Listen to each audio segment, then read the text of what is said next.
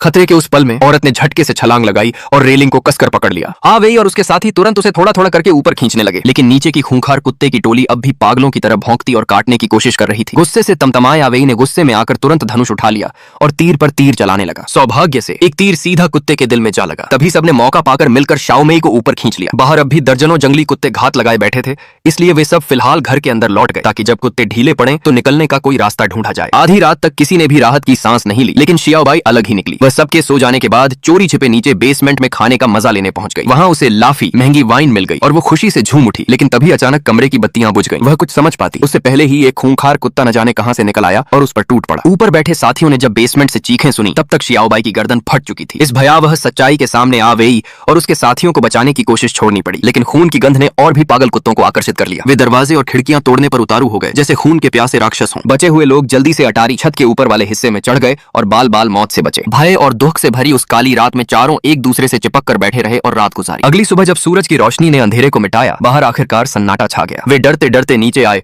और अपने तबाह हुए घर को देखकर आवेई ने तुरंत समझ लिया, यहाँ अब रहना मौत को बुलावा देना है। रात में वो कुत्ते फिर लौट आएंगे और तब कोई भी नहीं बचेगा। निराशा में सबने आखिरी उम्मीद उस पुरानी कार में लगाई जो गोदाम के कोने में पड़ी धूल खा रही थी। आवेई का दिमाग वाकई तेज था। उसने सोचा कि कार को धक्का देकर स्टार्ट किया जाए। काफी देर तक धक्का देने के बाद भी इंजन ने कोई जवाब नहीं दिया और ऊपर से कुत्तों की भीड़ और करीब आती जा रही थी। आखिरकार आवेई ने जोखिम उठाया। उसने कार का मुंह घुमाया और सीधा पहाड़ी किनारे की ओर दौड़ा। उसी पल जैसे कार ने भी मौत का डर महसूस कर लिया हो, वह अचानक चालू हो गई। वे दोनों तुरंत मुड़कर झोपड़ी की ओर लौटे ताकि अपनी अपनी प्रेमिकाओं को लेकर भाग सकें, लेकिन तभी छुई हुआ अचानक टूट गई। उसने रोते हुए कहा कि उसे कुत्तों ने काट लिया है और अब उसका बचना नामुमकिन है। उसने कहा कि वो किसी को मुसीबत में नहीं डालना चाहती। आवेई उसे जबरदस्ती बचाने की कोशिश करने ही वाला था कि तभी अंधेरे से एक विशाल कुत्ता निकल आया और उनका रास्ता रोक लिया। अपने प्रेमी को बचाने के लिए छुई हुआ ने बिना सोचे समझे कुत्ते पर हमला कर दिया, पर इस कोशिश में वह आवेई को जोर से धक्का देकर नीचे गिरा बैठी। नीचे खड़े साथियों ने यह भयावह दृश्य देखा। दामेई और वो विशाल कुत्ता दूसरी मंजिल से नीचे गिर गए और सीधे नुकीली लकड़ी की कीलों पर जा अटके। पास ही खड़े दर्जनों कुत्ते और ज्यादा उग्र हो गए,